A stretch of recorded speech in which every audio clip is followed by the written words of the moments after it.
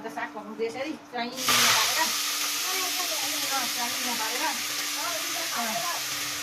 पारेर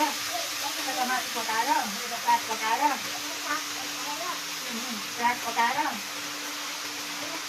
साग पकाउनु पर्यो खाना बनाउनु हुन्छ भाजीको साग हो पालकको साग हो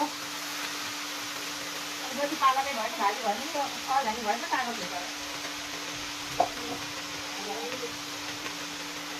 भाइले सागलाई कहाँबाट आउनु है अलझानी जस्तै नै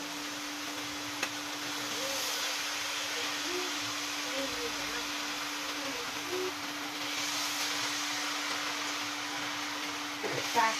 मिठो हुन्छ साग हेर्नु पकाउनु यसरी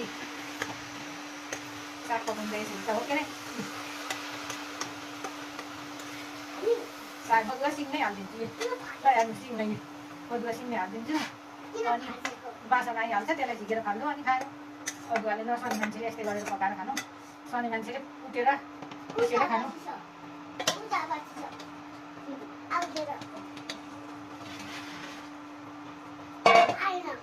आएन